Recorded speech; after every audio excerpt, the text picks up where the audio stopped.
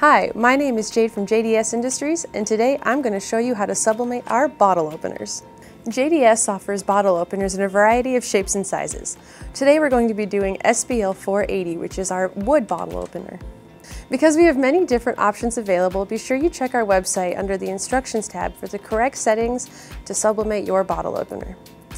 To get started, you'll need some heat tape, your bottle opener, your transfer, some scratch paper or a Teflon sheet to protect your heat press, and a soft paper towel. We recommend the Viva brand because it's not quilted and won't leave marks on your sublimation.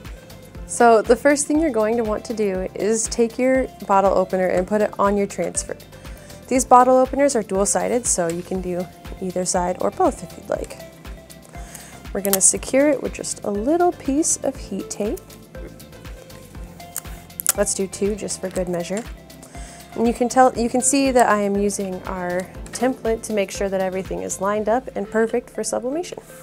Next, you're going to want to set up your heat press. I've already set mine up for 390 for 1 minute and 15 seconds with medium pressure. The next thing you're going to need to do is layer the heat press. So we're going to start with our Teflon sheet, and then we're going to add our soft paper towels. This helps keep pressure even throughout the heat press. Now we're going to do our transfer with our substrate, still taped, just right there.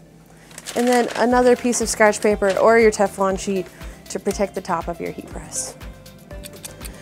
Once you're done sublimating, make sure to take the transfer off with your heat tape and peel it back.